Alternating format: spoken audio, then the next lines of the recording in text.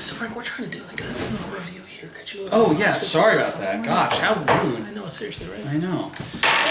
Wewelcome to Rants and Reviews, Tidbit Edition. This day we're focusing on Cthulhu Dice, another game from Steve Jackson Games. We're doing a lot of these, don't we? Well, they keep sending us games. That's true. So Cthulhu Dice is a real fun, real simple dice game. Do not be confused. This is nothing like Chabuco Cabra. This is nothing like Zombie Dice. And this is nothing like Trophy Buck. This is a very amazing game with just one die and sanity. So all players start off with 3 sanity, and there's a pile in the center, usually for Cthulhu. So keep in mind that you can play with 2 players, but you're never playing with just 2 players. Cthulhu is a player in the game, and you'll see why. So on the game, you pick someone you're attacking. On a 2-player game, it's pretty easy who I'm going to attack. So it's not a lot of fun with 2 players, but it's playable by 2 players. I'll explain a variant in a second. So I would say who I'm attacking. I'd roll the die, and the effect attacks the player. For instance, if I was to roll a tentacle, I get to take a sanity from him. If I was to roll a star sign, Cthulhu would get his sanity. If I roll Cthulhu, both of us have to give one of our beads to Cthulhu. And if I roll the elder sign, I get to take a bead from Cthulhu. And then there's a wild, which is the eye. If I roll the eye, I get to choose whichever one I want to do. Even Cthulhu? Even Cthulhu. Mm. The reason being, if 2 players have 1 bead and I have 3, I can take them out of the game. So after I roll an attack, they roll a rebuttal, and that effect happens. You can only win the game if you were the last player with sanity at the end of a rebuttal roll. So if no one has sanity at the end of a rebuttal roll, Cthulhu which wins. is possible, Cthulhu does win. The game is really easy. It's pretty straightforward. One of the really cool variants for it is that say you're playing 2 players and you want the game to get a little bit more fun, a little bit more interesting, we have what's called acolytes in front of us. Instead of having 1 pile of 3 beads, we have 3. These are acolytes that we can choose to attack of the other players. So I can choose A, B, or C, or 1, 2, or 3. Exactly. Okay. That being the case is that once they're gone, and then you have less acolytes in the game.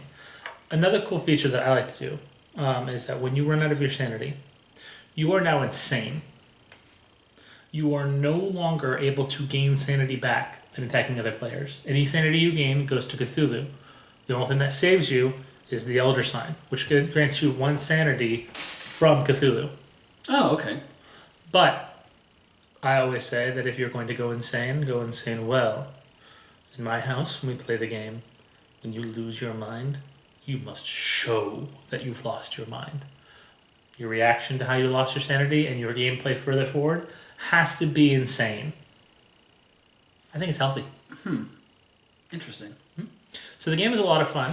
However, this die is pretty small. I wouldn't suggest it when playing with a large group. What would I suggest, you ask?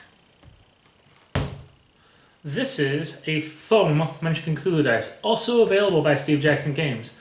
This thing is large and a little unwieldy, so if you're going to play with it, I recommend playing on a big table or maybe on the floor sitting in a circle. But it is lots of fun. It's very soft and very pretty. Easy to see.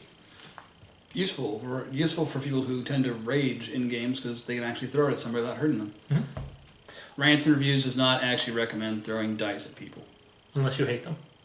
No, at all. Unless you hate them. No, ever.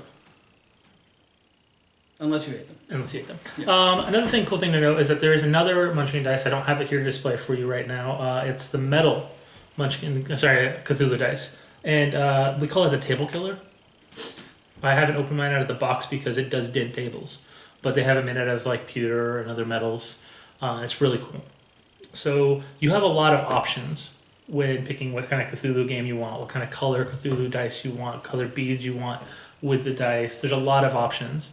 And also, if you like Munchkin, there is a promo card for Munchkin Cthulhu that you can have in your Munchkin game that allows you to get certain effects in game by having a Cthulhu dice and rolling it. Oh. And then, for instance, if you roll the yellow sign, you get an extra treasure. If you roll the tentacle, you get a face-down door. If you get the Elder Sign, you get to draw a treasure and gain an extra level. And however, if you get the Eye, you suffer the fate of the Curse or Madness in the discard pile. And if you get Cthulhu, you die. Like forever?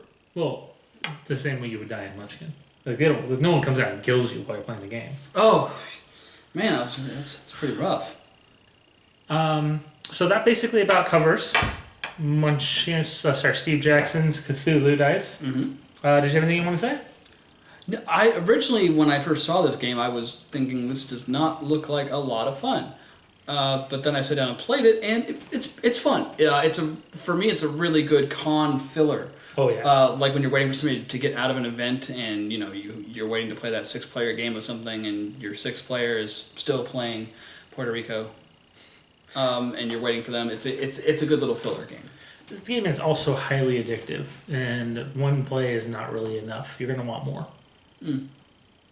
I would agree with that statement. Well, that about covers it. So we'll see you next Tuesday. Yep, next Tuesday it is. Yep, for our next review, which you'll see next Tuesday. Same rant time, same rant channel. We don't do that. We don't do that? We don't do that. Darn it.